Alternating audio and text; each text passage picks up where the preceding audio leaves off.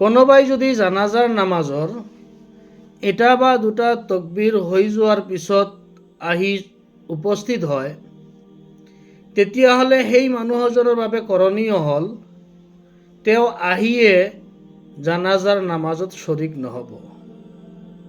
প্ৰথমতে তেওঁ ইমামৰ তকবীৰ কোৱালৈকে অপেক্ষা কৰিব। ইমাম চাহেবে যেতিয়া তকবীৰ ক'ব, তেওঁ ইমাম চাহাবৰ লগত হাত উঠাই আল্লাহু আকবাৰ কৈ হাত বান্ধিব আৰু এই তকবীৰ তেওঁৰ বাবে তকবীৰে তাহৰিমা বুলি গণ্য কৰা হ'ব।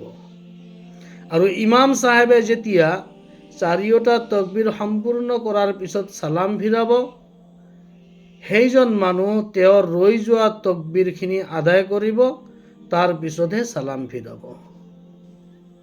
এতিয়া যদি কোনোবাই ইমাম চাহাবৰ তকবীৰলৈকে অপেক্ষা নকৰি আহিয়ে আল্লাহু আকবাৰ কৈ নিয়ত বান্ধে, তেওঁৰ এই তকবীৰ প্ৰযোজ্য নহ'ব।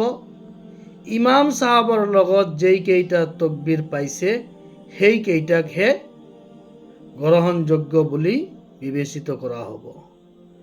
যেনে এজন মানুহে আহি ইমামৰ অপেক্ষা নকৰাকৈ আল্লাহু আকবাৰ কৈ হাত বান্ধিলে আৰু ইমামৰ লগত দুটা তকবীৰ পালে। এতিয়া এই মানুহজনে ভাবিছে মই আল্লাহু আকবাৰ কৈ হাত বান্ধিছোঁ এটা তকবীৰ আৰু ইমাম চাহাবৰ লগত দুটা তকবীৰ পালোঁ, আৰু ইমামে চালাম ফিৰাৰ পিছত যদি তেওঁ এটা তকবীৰ আদায় কৰে, তেতিয়াহ'লে ইয়াৰ জানাজাৰ নামাজ সম্পূৰ্ণ নহ'ব। ইয়াক আকৌ দুটা তকবীৰ পঢ়িব লাগিব, কিয়নো ইমাম চাহাবৰ লগত দুটাহে মাথোন তকবীৰ পাইছে। আৰু কোনোবাই যদি ইমাম চাহাবৰ চাৰিওটা তকবীৰ সম্পূৰ্ণভাৱে আদায় হোৱাৰ পিছত ইমাম চাহাবে চালাম ফিৰাই দিয়াৰ আগে আগে জানাজাৰ নামাজত উপস্থিত হৈছে, তেতিয়াহ'লে সেই মানুহজনক ইমাম চাহাবৰ চালাম ফিৰালৈকে অপেক্ষা কৰিব নালাগে।